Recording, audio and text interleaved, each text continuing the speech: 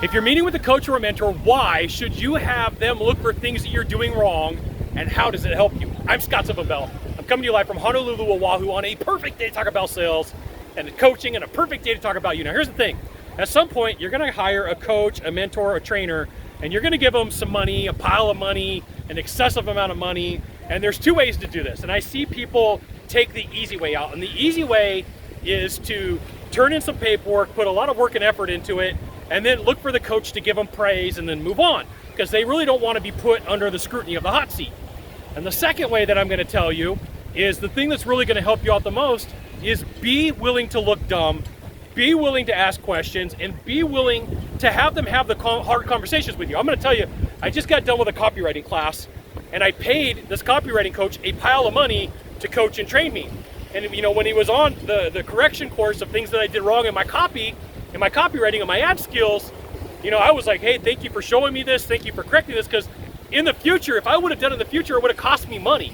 If I would have done it in the future, it would have been a problem for me, and it would have been hard for me to figure that out. And so sometimes I'll meet with salespeople and I'll say, hey, look, you know, here's the thing that you're doing and you're doing it wrong, and they get upset, they get hurt. And I'm like, look, my job is to help you in here, in the room, so that when you're out in the field and when you're talking with people, it's not costing you money. I'm not doing it to be a jerk. I'm not doing it to be mean. I'm giving you course correction right now where it's affecting your income, where it's hurting you out there, so it's not hurting you out in the field. So it's not like it's hurting your paycheck.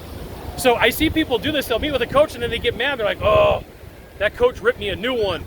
That coach was mean to me. That coach found out everything that I was doing, and they started telling me I was doing it wrong. And I'm like, thank goodness. Thank goodness they were telling you.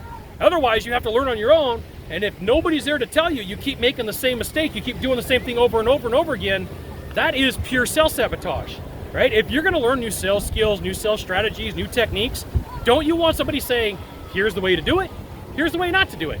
Do it like this, don't do it like that. Because it's way easier to say, I'm gonna choose this path because this guy, this girl has been there before, and that's what I'm gonna do.